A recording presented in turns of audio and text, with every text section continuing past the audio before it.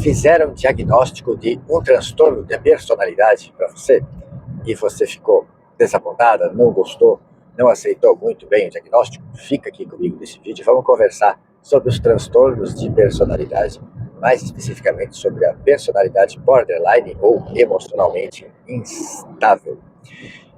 Geralmente é assim, o paciente não aceita muito bem o diagnóstico de transtorno de personalidade e boa parte desses diagnósticos a gente acaba não falando para o paciente.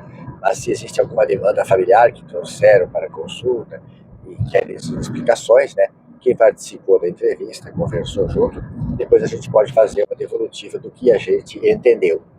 Mas a maioria dos transtornos de personalidade são egossintônicos, a pessoa não entende que aquilo é um problema, não entende que aquilo é diferente.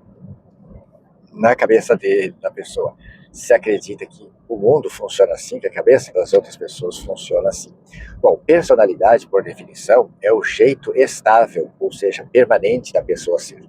É como a pessoa entende, sente os fatos e como ela reage aos fatos. E natural que a pessoa pense que as outras pessoas são parecidas com isso. Mas a maioria das pessoas é um certo padrão de comportamento humano e tem cerca de 10 transtornos de personalidade catalogados na literatura. Existem os mais conhecidos, a personalidade borderline, se fala muito do antissocial, que é o psicopata, do narcisista, tem sido muito falado, mas quase todos são egocintônicos. A pessoa que é obsessivo-compulsivo, ela acredita que o bom é tudo certo, tudo arrumado. O narcisista, ele se acredita uma pessoa superior, mais merecedora, ela precisa se relacionar com as pessoas da mais alta estirpe como ela, ele se acredita assim. O antissocial, ele é originalmente narcisista, mas também malvado, ele se acredita superior e ele não respeita o direito do alheio, ele não empatiza, por isso ele é capaz de fazer maldades com as outras pessoas. Como que a gente vai orientar uma pessoa com esse diagnóstico de que ela tem esse diagnóstico? Geralmente, nesses casos, as famílias trazem as demandas e se arruma como entrevistá-los junto ou em separado com os familiares, a gente percebe que mas não adianta orientar a pessoa sobre isso que ela não vai aceitar.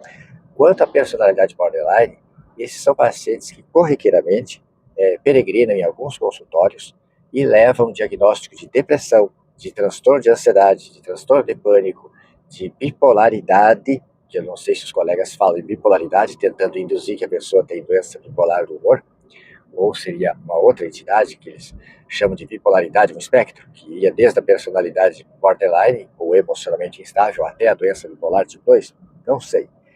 Mas, agora, recentemente, atendi uma jovem senhora de 50 anos, professora, está afastada por depressão da doença bipolar, e o psiquiatra dela fez um laudo pedindo afastamento e colocou que ela também tinha personalidade borderline. E ela marcou porque ela estava insatisfeita, não estava conseguindo aceitar ter esse diagnóstico também. Aí eu digo, concordo que a senhora não goste. Vamos lá. Elucidei a história com ela e ela teve um histórico de episódio eufórico, um episódio de mania, daqueles que dura mais de uma semana, com humor elevado. Então, está certo o diagnóstico de doença bipolar. Só que ela está há muito tempo na depressão agora. E sobre o transtorno de personalidade, eu fiz o meu velho método de pegar na tela do meu computador os critérios diagnósticos e ir indagando a pessoa daquelas características. E ela vai dizendo que sim ou que não, que aquilo não lhe cabe ou sim, aquilo é característica dela.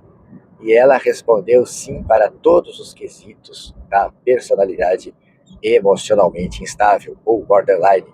E aí eu mostrei para ela, conversei, olha, se o que você está me dizendo sobre você é verdade, se você sente e reage às coisas dessa forma, fechou os critérios diagnósticos para transtorno de personalidade. Mas você tem um diagnóstico mais pesado, um diagnóstico mais sombrio, que é a doença bipolar.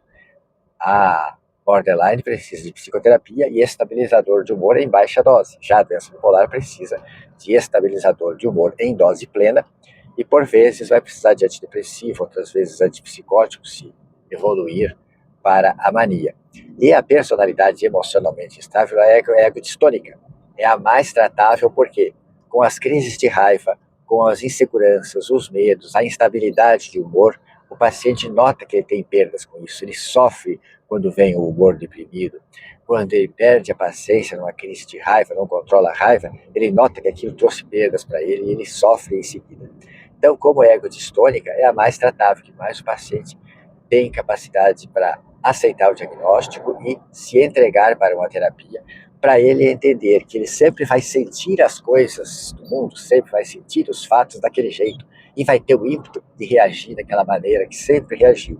Porém, com a modulação que a medicação faz no humor, no controle da irritabilidade, da raiva, mais a razão, o aprendizado que vai ter na terapia, a pessoa pode melhorar muito as suas vivências e muito os seus relacionamentos. Você conhece alguém que parece bipolar, que o humor muda no mesmo dia, de um dia para o outro, muito rápido? Isso não é doença bipolar, isso provavelmente é personalidade emocionalmente instável. Então, põe o dedo no compartilhamento, encaminha isso para quem você puder ajudar com este conhecimento. Aguardo seus comentários aqui na área pertinente, me segue no Instagram, vai lá no link da bio, acessa as apresentações que tem lá, inscreva-se nas minhas listas e também inscreva-se no meu canal de YouTube. Muito obrigado.